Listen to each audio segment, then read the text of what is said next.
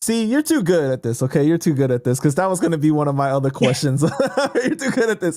How do you feel overall about the gentrification of the neighborhood? Because we see it happen so many different places, right? Yeah. Where it's like that notorious reputation that that specific neighborhood once had is now, oh, this is where the hippies live. This is where you get those $10 coffees now, and you know what I mean? Like, $15 coffee right. shit. No, but it's interesting because it's like, okay, this place was once somewhere where white people lived, but then you start having minorities move in.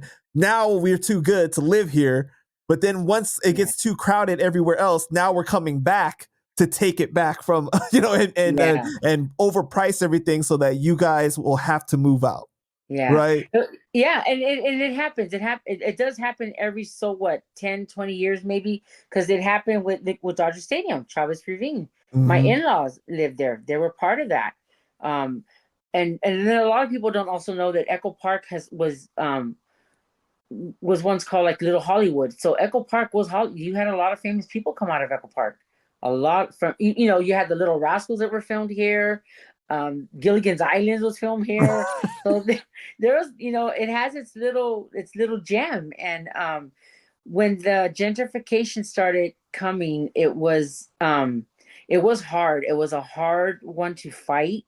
Because they were using it with the gang injunction, that they were using it as a tool with the gang injunction. So trying to separate it from the gang injunction, it was hard. And I witnessed the most shadiest shit just being on the panel of a neighborhood council. The city was shutting us down, was not letting us speak, was not letting us pass, we were trying to pass bills to go through.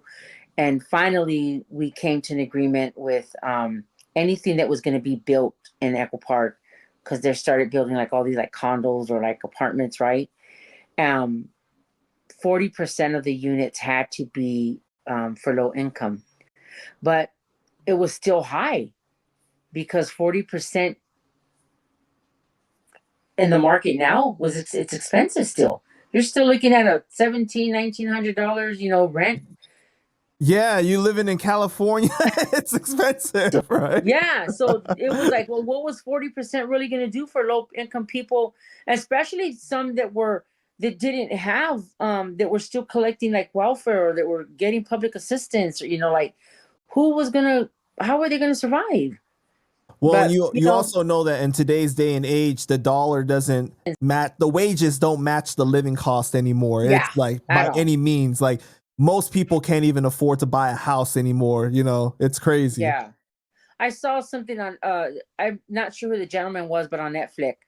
It's How to Get Rich, I think it's called. Yeah, And he yes. talks about not purchasing a house unless it's grandfathered. Then you have something to live off of. But he was grandfathered a home, but he fixed it up and he rents it out for income. And he talks about he would never buy because it's too expensive. Two, it's your responsibility if things break.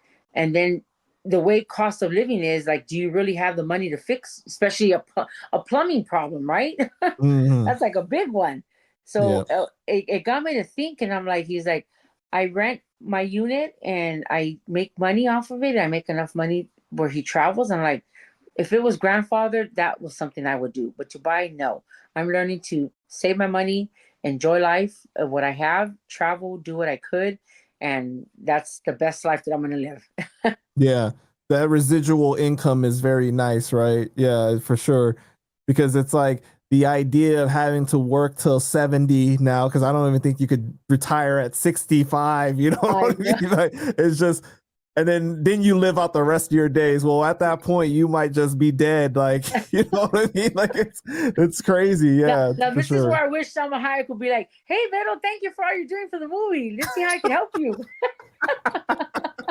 Let's get you another role. You can say. Let me So, invest in your business. uh, so you've seen, like, has there been anything good to come from the gentrification? God, I don't know. No, not really. Okay, maybe the gang violence, right? It slowed down a lot, really Mm-hmm. did. And that's But is it technically just pushing it out to other places it's now? pushing it out, So definitely it's still just going somewhere else that is somewhere causing else. other Yeah, issues. Okay, got you. yeah. I mean, we did lose a little homeboy about a year ago. And I mean, Echo Park is not as their gang's not as big as what it used to be. So to lose somebody, now it was very hurtful and Unexpected. unexpected, very unexpected. I mean, even for him, he was riding his bike and he got hit from behind and shot from behind and didn't know what was coming. So it still happens, but it's slowed down a lot, and it's just unfortunate we still lose people, good people. Yeah. Yeah. But and as far as like housing stores, like no. You got all these thrift stores. You got a barber shop that's like $25 a haircut. You got it's just you got a Lassen's Market, which is kind of I don't know, I guess like a what, Trader Joe's, all Mhm. healthy, organic, and um I like some of their stuff. Don't get me wrong. They got the best fruit. That's the only thing I like about the organic store.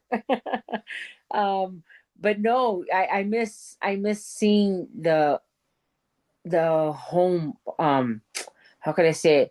Probably I talk smaller also. businesses, right? Yeah, yeah, and I say that when people interview me about the movie. What I love about the movie is knowing that I can pop that DVD in or watch it on YouTube, wherever, and I get to reminisce of how Echo Park was, and I get to see people that were, you know, longtime residents of Echo Park that are not here no more, and just to see the small mom and pop stores, the murals, just to see the murals on the wall. Right.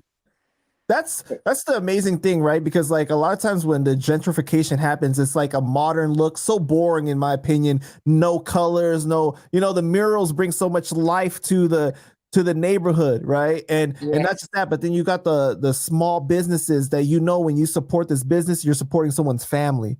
Usually yes, it's like a family operated business and it's you get things that you can't get from these chains, yeah. so it's very unfortunate when you see that.